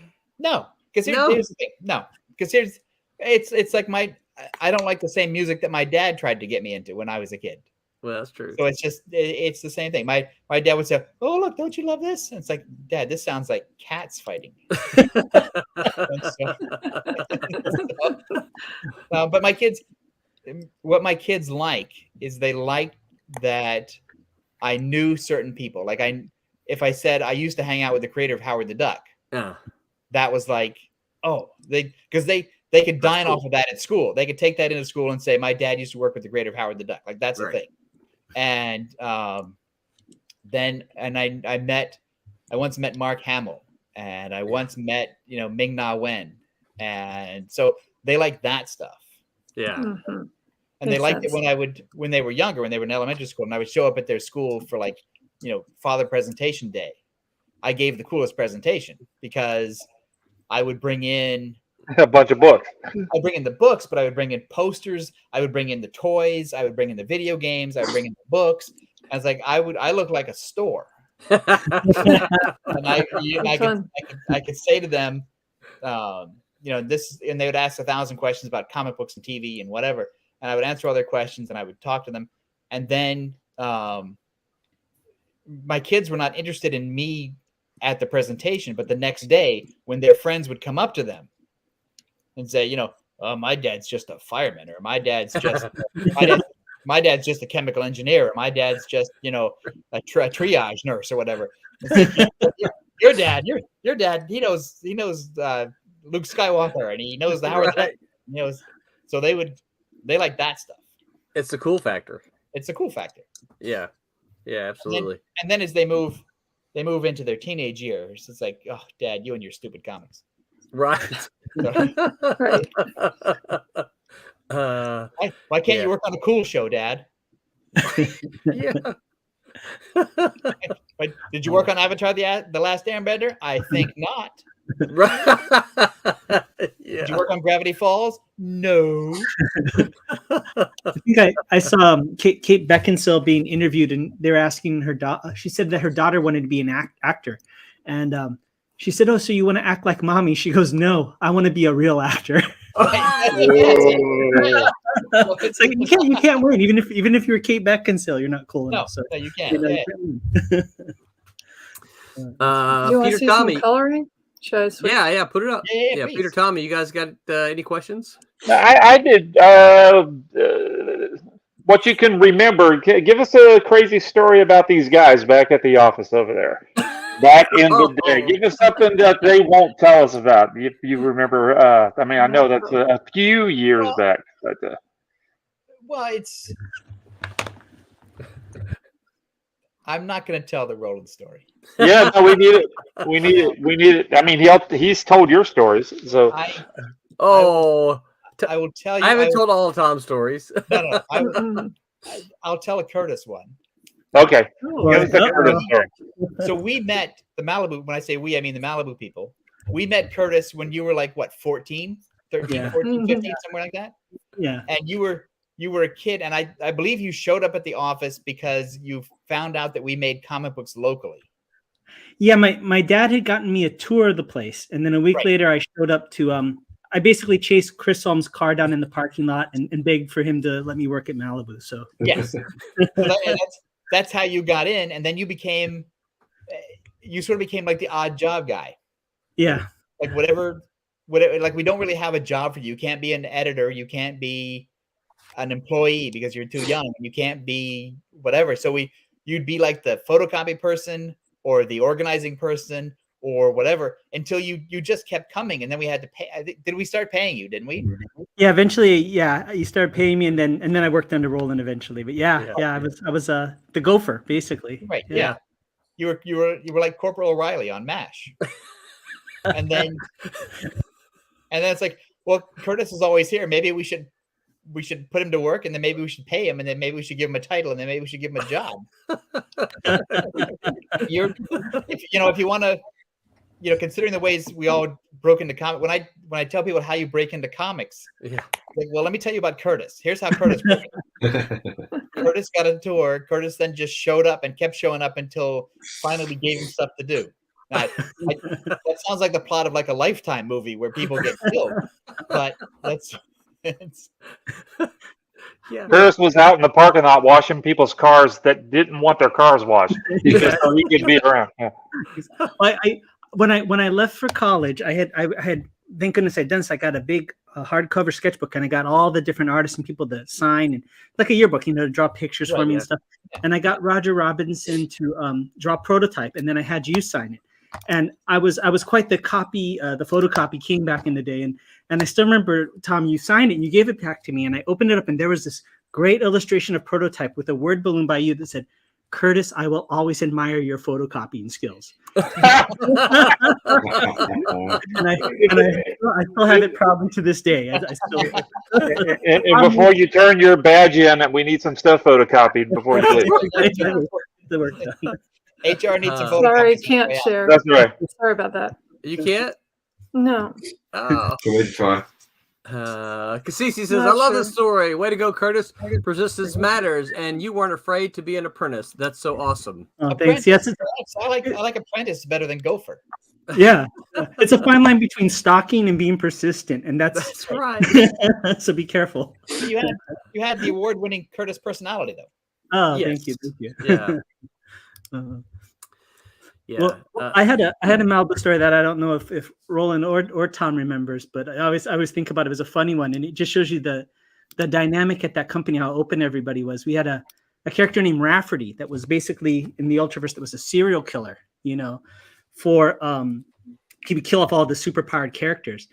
And so I told Roland, we've been to several conventions, I said, hey Roland, what if we get somebody to dress up like Rafferty? And then we'll have another person dress up like a new Malibu character, and we'll have him murder the guy live at a convention. What do you think? And instead of Roland saying, you're crazy, he goes, you should talk to Tom about that. So I'll never forget. I went to Tom, and the fact that a kid in high school could go up to these people who were the heads of the company and just on a whim pitch an idea. So I told Tom my idea. I said, yeah, and then Rafferty could come out and murder the person. And I still remember Tom saying, Curtis, that's not going to work out because the only character that we have a costume for is Mantra. And if he kills her, her breasts are going to pop out in front of everybody. And then Tom goes, that's a good idea. We could sell more books. Why would that happen if she died? It always happens when a woman dies. Because the thing is that because the Mantra costume costs several $1,000s. That's a nice costume. It was only held together with tape. Yeah. And so on purpose. And it was fitted just for her, wasn't it? It was what? It was fitted to fit her. I forget her name. Caroline. Yeah. But it wasn't. It was tailored for her size. Yes. Right. Yeah. Yes.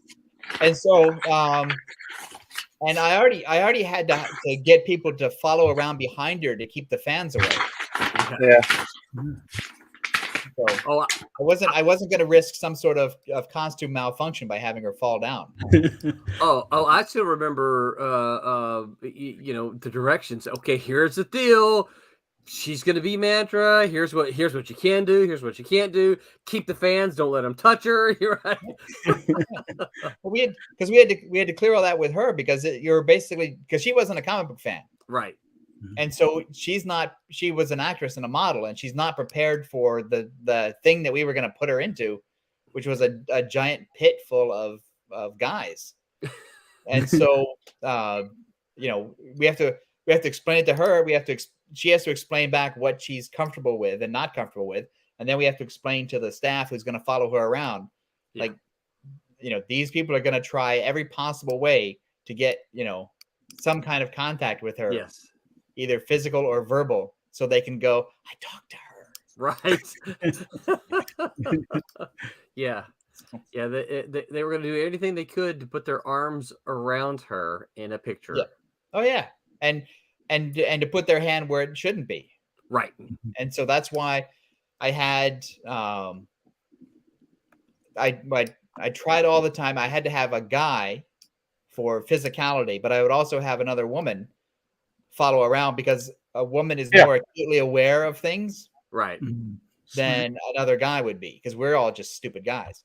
And so I thought that having another woman there would be a more watchful eye. Yeah. So Yeah.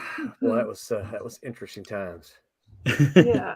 And that's not something that you get trained for, really. Like when Dave and I start publishing Dark Wolf or whatever, it's like, hey, I bet one day we have a model walking around, and then we have to have security to keep people from touching her.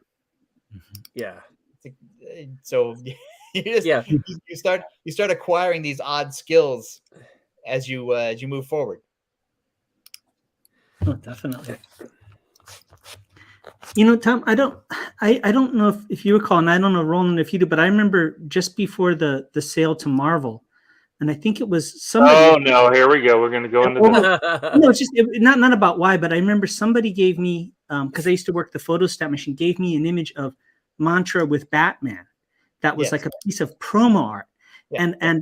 And so I'm assuming that was when there were talks. I can't remember who did the art, but did I remember that correctly? It was like basically to pitch what it would look like if we were with DC, or can anybody comment on that?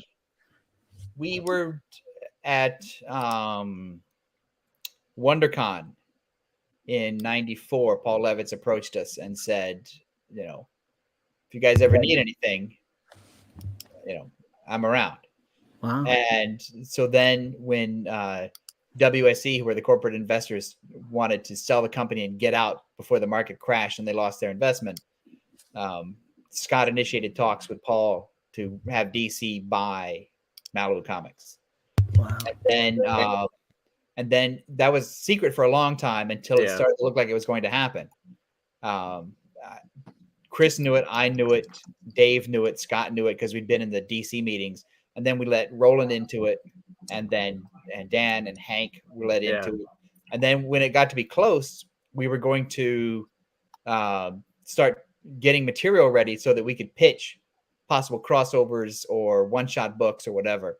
And somebody, I think at that point, Hank would have been the Mantra editor, wasn't he? No, that was me. Roland. Yeah. Okay. So at one point, then some pieces of art were put together so that we could pitch. Basically, once DC bought the company, then we'd be like, boom, boom, boom, ready to go. Yeah. Oh, good. Well, I was just told to do it and not to ask any questions. So it took about 30 years I can finally ask. So. Curtis, be a good boy and don't tell. That's right. So this question may be a little deep, Tom. No. Well, let me start with Is it one where I hold a grudge? No. Okay. And it's not going to be why did Marvel buy all of Oh no. All right, go deeper then. That's every day on Facebook. So I know there's a lot. I know there's going to be a lot of options for this. But as you look back on your time at Malibu, what's one of the things that you look back on and say, you know what, I'm really proud of that thing right here that we did, or this is kind of it might be a book, it might be a thing, just in general. What's something that you look back on at Malibu and say, I'm glad that this happened and I was there, or I did it, or that kind of thing. I did it all. It was all. Well, it's funny because Curtis said something about being approachable, and for the longest of time, I didn't even know who Scott was. Right. Because Scott was tucked away in his office. We kept people away from Scott. Right. Well, and I learned that later, right? What did you show up one day? I'm going to go talk to Scott, and they go, "No, you're not." I always thought of Malibu as the three of you. Yeah, well, because Scott doesn't read the books, Right. Scott knows.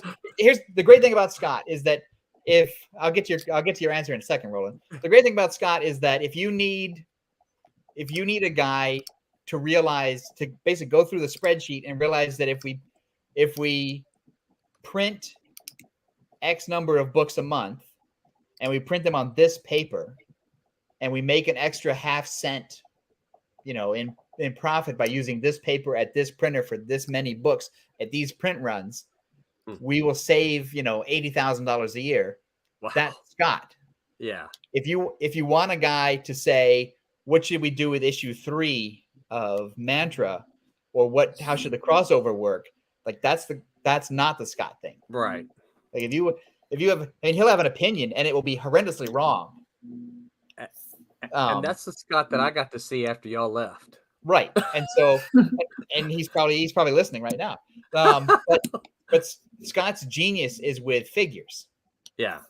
And contracts, like the way the Ultraverse cartoon show was put together is that there's a toy deal on the table, and there's a syndication company called Bobot that will put a TV show on the air, and there's an animation studio in Korea that will make the show, but nobody will commit until somebody else does. Right. Which means no one's going to commit, and the show's not going to get made. So Scott, the genius of Scott, is Scott goes to each of them and says the other people are in, but they're not in. Right. You know, he goes to the toy company and says the animation company's in, and I got a deal for the syndication. He goes to the syndicator and says, I got the toy money. I got the money from the animation studio. They're in, and the toy people are going to put in this much money to the budget of each episode. And he goes to the animation studio. He flies to Korea, goes to the animation studio, and gives gifts to all the people that are going to animate the show, and tells them, I got the syndication deal and I got the toy company in. And so then everybody, he makes the deals. It's a web of lies, and it sounds horrible, but that's the way business gets done in any industry. Yeah. And then you get a show, and then you get toys, and then you get stuff on the air. And so that's the genius of Scott, is being able to balance all of that. Where he falls apart is, hey, what if Prototype does? Right. And then it's Story. like, yeah, Scott, go count something. Go count something. All right. So the thing that I'm proudest of. Yeah. I will tell you this. The thing that I'm proud of, the thing that I look back on fondly is being in the office surrounded by a bunch of people and basically laughing my ass off as everybody created stuff. I like the sense, and I understand that my position in the company was a lot different than other people, and that other people were basically employees, whereas I was, Kim Jong-un or something of the company. I get all of that, but I liked that everybody was around. I liked the open office. I liked that you could really talk to anybody that you could get a hold of, that you could pitch the stupidest idea possible. And there were enough, like, we had this thing that we built up early on that, well, yeah, of course there's stupid ideas, but there really aren't any stupid ideas, because the guy who brings up a stupid idea, or the person who brings up a stupid idea, they're not stupid. The idea might be stupid, right? But that stupid idea, we all laugh at it, go, oh, what a stupid idea. And then 5 minutes later, other people have thrown out a bunch of other stuff, and that leads to, we could bring that stupid idea back. And we could work it into this mix, and twist it around, and then boom. So I liked the open sort of concept of that, and everybody going out to lunch, and everybody hanging out, and we had a baseball team, we had we'd go bowling, we'd go to the movies, we would do all that stuff. I liked that. I've never been in an office before or since that was as loose and as crazy and in many ways as wrong-headed as that was. And that stems from Dave and Chris and myself wanting to create a place where we didn't feel like we were dragging our ass out of bed to go to, a thing called work. It's like, we're making comic books. The least we could do is make it interesting and fun. Well, and it's fun because I think you achieved that, because I'm not a morning person usually. No, before or after, but I didn't have problems getting up to go to work at Malibu. My alarm went off. I got up, and of course it was early and I was sleeping and everything, but I didn't have problems. I didn't wake up going, oh man, I got to go to work today. I didn't have that.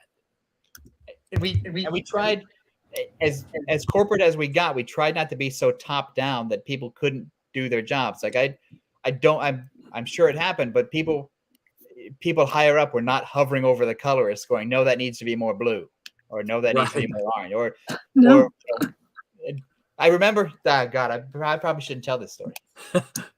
Yeah, you should. Yeah. Roberta's like, yeah, tell it. Right. So this is a Bob Jacobs story.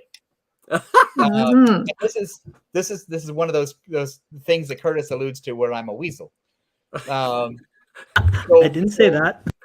So at the Westlake Village office, when we had merged with a video game company, the comic book people were in one building, and the video game people were in a different building across town in Westlake Village, so like 4 miles away or whatever. And every day Bob Jacob would come over because he was now the co-president of the company. He would come over and he would walk through the office and he would start picking up artwork on everybody's desk. Oh. He'd start looking through the film before it went to the remember printer, that. and he'd start going, like he's the king or something. Oh, I don't like the way this hand is drawn, or I don't like the way this belt looks, or this, whatever. Because he's in his mind anyway. He's the boss, and this is what a boss does. And then he would sit for like 2 hours in Chris's cubicle and demand Chris's attention, and without any understanding that we have a FedEx deadline at 4:30, right? And Chris has to still dialogue some pages. He's still got to read some stuff and prove some stuff before it goes out. He doesn't have time for a 2-hour conversation with Bob and his theories about comic books and whatever is on Bob's mind. And Bob would sit there, and so we go to Scott, and we say, "Look, Scott, we can't get anything done because Bob keeps coming in, and he's bitching about all the artwork that he sees that, for some reason he doesn't like, even though 7 other people have approved it in the system. And then he's monopolizing Chris's time. So, we're not getting stuff done." And Scott goes, "Well, he's the company guy. He owns the company. I don't know what to do. You guys should talk." And so we're not going to talk to Bob. So we have this meeting, and the meeting it's me and it's Roland and it's Mike Brown and it's Dan and it's Hank and it's Chris and it's Dave Obrich, and what are we going to do? We're not going to be able to stop it. And I'll take the heat for this as my idea, but I don't think it was my idea. What if we treat Bob like he's a visitor? And so we made a deal with the receptionist, and we said, "Look, every time you see Bob's car in the parking lot, call us." Mm-hmm. And then, so Bob drives in, and we get a call. Bob just pulled up. Right. Great, thanks. And then we would all take turns, and we would make sure that on Roland's desk there'd be some artwork that he wanted to show. On Chris's desk there'd be some artwork to show. On Mike Brown's desk there'd be some art to show, and Hank's desk, whatever. And then whoever's turn it was would pick up Bob. The bullpen was shaped like a U. And we'd pick up Bob at the top of the U, and we would just greet him like he was a visitor, or like he was, like a 7-year-old. Yeah. And we would basically walk him through the office and say, "Hey, Bob, it's great to see you. Here's Alan. He's working on this ad campaign. Isn't that great?" And we realized that if we told Bob something was great before he could really see it, then he would assume it was great. And so then he would pass by Chris's desk, and Chris would pretend to be on the phone. And so, say, Chris can't talk right now. He's he's talking to, Mike Barr or James Hudnall about something. And then he's got a lunch meeting, and then Chris would turn around from the phone and sort of wave at Bob. And then we take him over to Roland's desk, and Roland would pick up a thing that he knew was good. And he would say to Bob, "Look at what just came in today, Bob. Isn't this great?" And then he'd go to the next desk. "Look at this, Bob. Isn't this great?" And the next desk. "Look at this, Bob. Isn't this great?" Oh my goodness! Before Bob realized it, we had walked him through the U to the other top of the U, and he was out in the hallway at the doorway in the Scott's office. Towards the exit. Yeah, he was done. Oh, wow. He never caught on. So we did that until we moved to the new building. Because he says dog and It's pony amazing. show is what we Dog used and to pony, call there that. it is. It's exactly. We didn't call it that. We called it the Bob problem. But Among other things. among other things. Yeah. So it's a very passive aggressive way of getting stuff done. Yeah. That's genius. Okay, and then the last question, as our clock is winding down, as it as always does, on the other end of the spectrum, Tom, is there, as you look back on the time at Malibu, is there anything that you regret? Like, I wish we had done this, or we should have done this, or I hate that we couldn't do this, or we would have been better off if we done, I wish I had worked with this guy instead of turning him over to, I wish I had worked with Walter Koenig instead of letting Roland work with him. I think I was part of the deal that got Walter Koenig, and then I immediately turned him over to you. So yeah. I think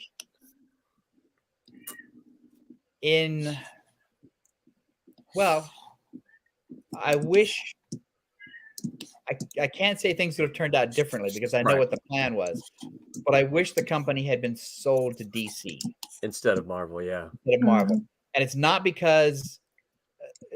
Well, there are two things. One is that you remember Mike Giles? Yeah. Yeah. I thought Mike was a genius, and Mike had this idea that as a way for Malibu to survive, that we spin off the coloring department as a separate company. Basically, the colorist would still stay in the building, and Mike would basically be the head of this new division or the new company, and then Giles would go out and he would solicit coloring work from other companies, like everybody, like Valiant, DC, Marvel, whatever. And that was totally, his idea. He came in and he pitched it, and we were like ready to go with that. Like that would have been a thing. And so I wish that had happened, and I don't know why that happened, but I was all for it. Because that's a way to keep the colorists doing Ultraverse books, but also bring in extra money, and we might have been able to hire more colorists. Yeah. Basically, you make enough money, you bring in more colorists, and then it just sort of builds on it. So I would have liked to have done that. I would have liked to have cut the video game division loose much sooner. I wanted to cut it in early '94 and be rid of it because it wasn't working. Like once Bob was pushed out of the company, I thought it was a good opportunity to just not do those things. Yeah. Because they drained the company funds. Like the way the company was a lot of money. Yep. The way the company was originally set up is the comic book division was solid. It made its own money. And the video game division was solid. It made its own money. But then Bob had sort of ruined the video game division through his Bobness. Right. And the video game division was now draining money out of the comic book division. So the comic book division was supporting both halves of the company, which was not the original plan. Right. And so then that's when the comic book division started to lose all of its money. And I think the comic books could have survived and the company didn't have to be sold if we jettisoned the video game division sooner. Yeah. And so I sort of regret those things. Yeah. And I wish DC had bought the company because I know what Paul was going to do. Because Paul told me what he was going to do. Right. And I think the company would have. It's funny. And again, I don't know how much time we have left, but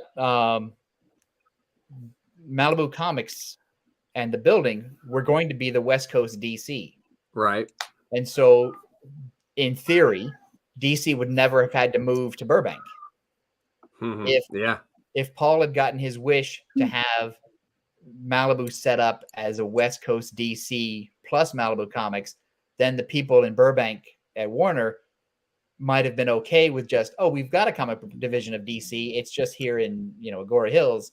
We don't have to move everybody over from New York. So there's, again, in theory, DC might have stayed in New York City and Malibu would have prospered as a functional asset of DC Comics. I don't know if that means the Ultraverse would have survived or not, but more people might have kept their jobs and more stuff might have gotten done because he had projects for the West Coast DC that were going to make us better. Yeah. Yeah. And I think too, we see what, I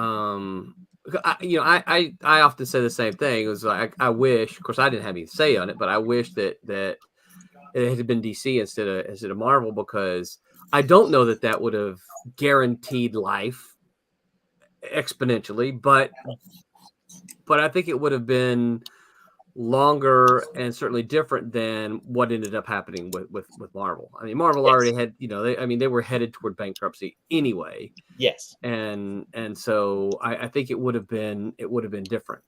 So, and I say all of this fully understanding that the Marvel people that I met, I liked quite a bit. Oh yeah. Yeah. I still like the ones that I still run into. I still hang out with and talk to. I loved working with those guys. They were in a really tough spot. Yeah. And it was just, but the Goldman Sachs a-holes who had the largest investment in Malibu Comics needed to get that money out before they lost everything. And that's what happens when you take in the wrong partner. Yeah. Yeah. So, well, hasn't this been fun? It has been lots of fun. Very fun. So Tom Mason has dragged everybody down again with his. No, hey, listen, I asked the question. Venture capitalists and Goldman Sachs and douchebags. Well, the thing about it is, me and Roberta and Curtis, we've talked about things like this before. But you're one of the founders. So for me, it's like, okay, what's as you look back, what are some of the things that you look on and say, hey, I wish this had happened or that would happen. I mean, I didn't even get to ask you about Paramount, because I remember a really brief window when we almost became Paramount Comics. Yes. That's never talked about in any of the stuff that people talk about the history of, it's like, why won't somebody mention that? I was so excited about that at the time. Yes. We'll have to go. I will ask you back. I will ask you to return. Part two. At some point, ask me about the meeting that Chris and I had in Malibu, the city of Malibu, with Jerry Calabrese and Joe King. Nice. Okay. I think he's writing it down. That story might have to be told off the air. Oh, okay. Okay. All right. So yeah, we'll get you back and talk about stuff, because I'd love to kind of get into obviously some storytelling and how some craft kind of stories. Okay. And I know that Tom, you are slated to hop on with the Wednesday crew on the 30th. You still good for that, right? The 30th. Yes. Okay. Is this the same bunch? Because I have issues. No, it's a different group. Oh, come on. Yeah. Yeah. I don't have issues. I'm sorry. Yeah. So they're gonna, and they'll ask you completely. They may ask you some of the same questions, but they'll ask you totally different questions. Dean Zachary will be the host that night. You know Dean. I know Dean. We've talked about Dean behind his back before.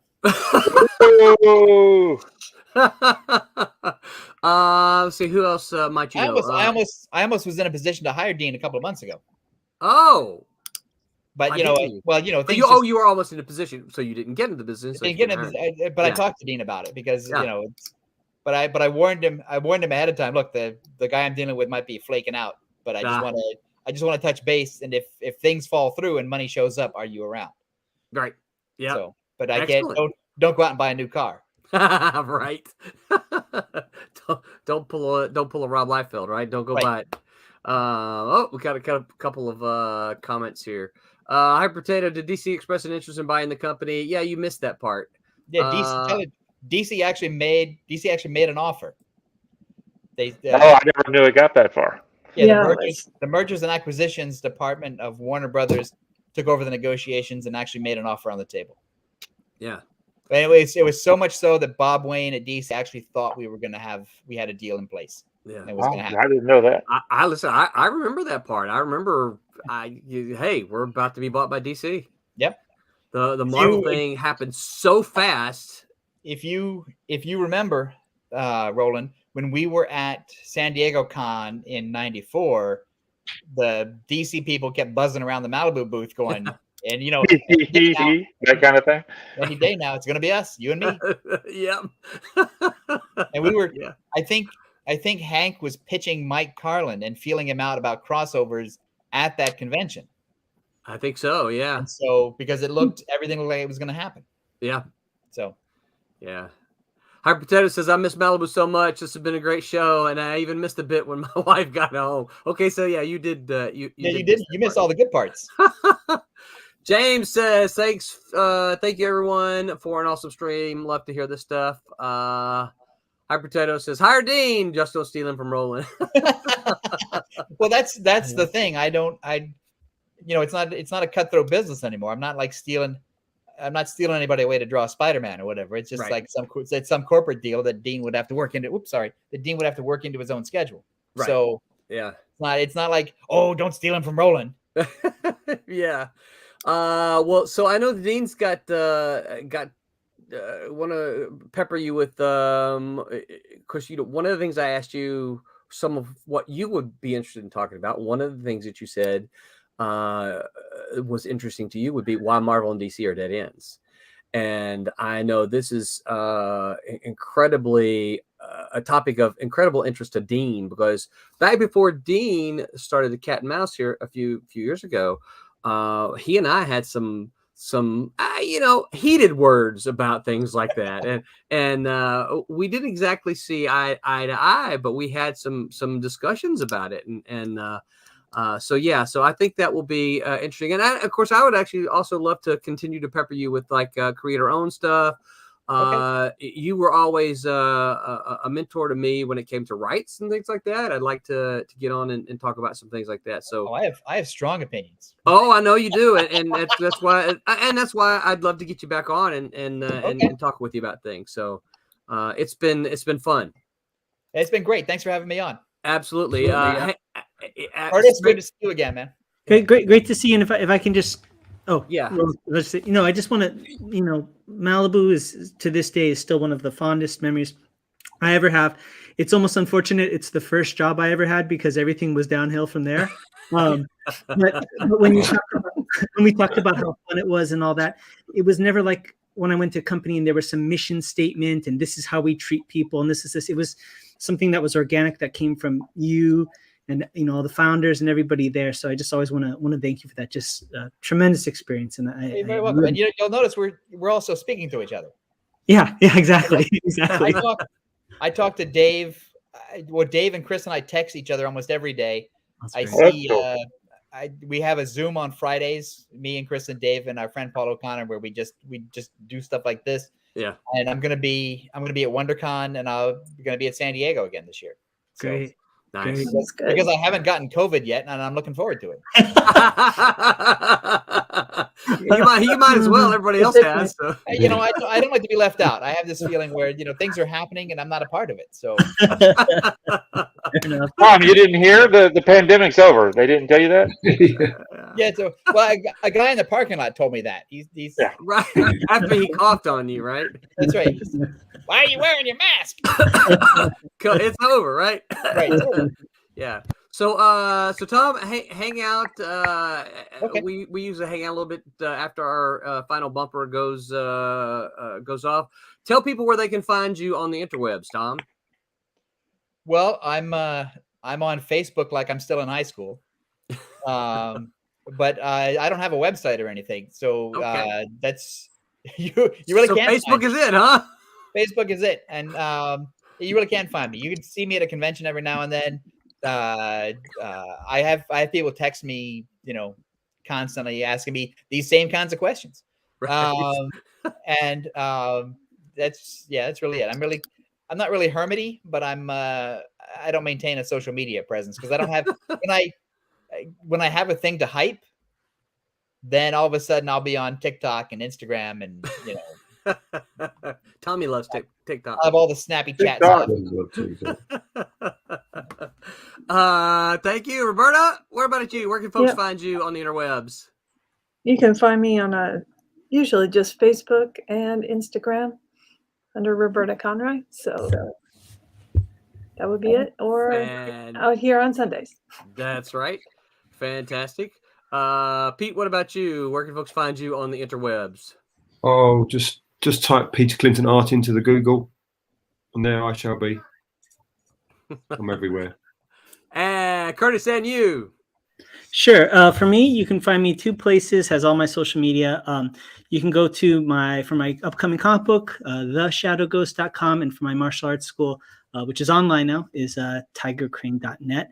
And if you haven't checked it out yet, I have to recommend Geek View Tavern that Tom and Dave Olbrich do. It's a really fun show. So you guys should check that out. They had the Ultraverse That's the other place you can see me. Yeah, great show. Tommy, what about you? Where can folks find you on the interwebs? Just go on the Google and type Florimonte. I'm the only one. I think I'm the only one. FLORIMONTE, and you'll find me. Or go to InfernoStudios.com. Some links are there. You can find me at the everywhere else. Just look up Florimonte. I'm the only one. Otherwise, it's my desk. For you? Yep. No, unlike Mr. Pete, he's way up. This is like 4 o'clock in the morning for Pete. No, it's not that bad. No. If you can just keep this time difference, it's a lot easier. Yeah. Hey, we have just Pete. I don't know if you saw it, but the U.S. Congress people just voted to keep this time. We're not changing anymore until we don't. Until we change it again. Like there's half of Arizona will or something like that. Right. Hey, so if we want to talk about rights and stuff and gang up on Dean Zachary, we should bring in Barry Gregory. I would love that. Oh, that's right. That. Yeah, because he's been doing some stuff, and I did a Zoom thing with him I think last year, and he's got some good stuff going on too. So he's my business partner with Kablam. Yeah. There we go. Yeah. And I'm Roland. You can find me at all over the interwebs, wherever there are social media. Just look for Roland Man. Don't forget, I forgot to hype it already. Don't forget, we've got a Kickstarter going on. We've got 7 days left to go. Go back, Wolf Hunter and Sirens. We are still chasing stretch goal. We're funded, but we're still chasing some stretch goals. So get on over there, check it out, back it if you can, share it if you will, and remember. Until then, remember to make mine Silverline. Good night, everybody. Hey, I'm Alex Saviuk, and I just want to let you know, make mine Silverline.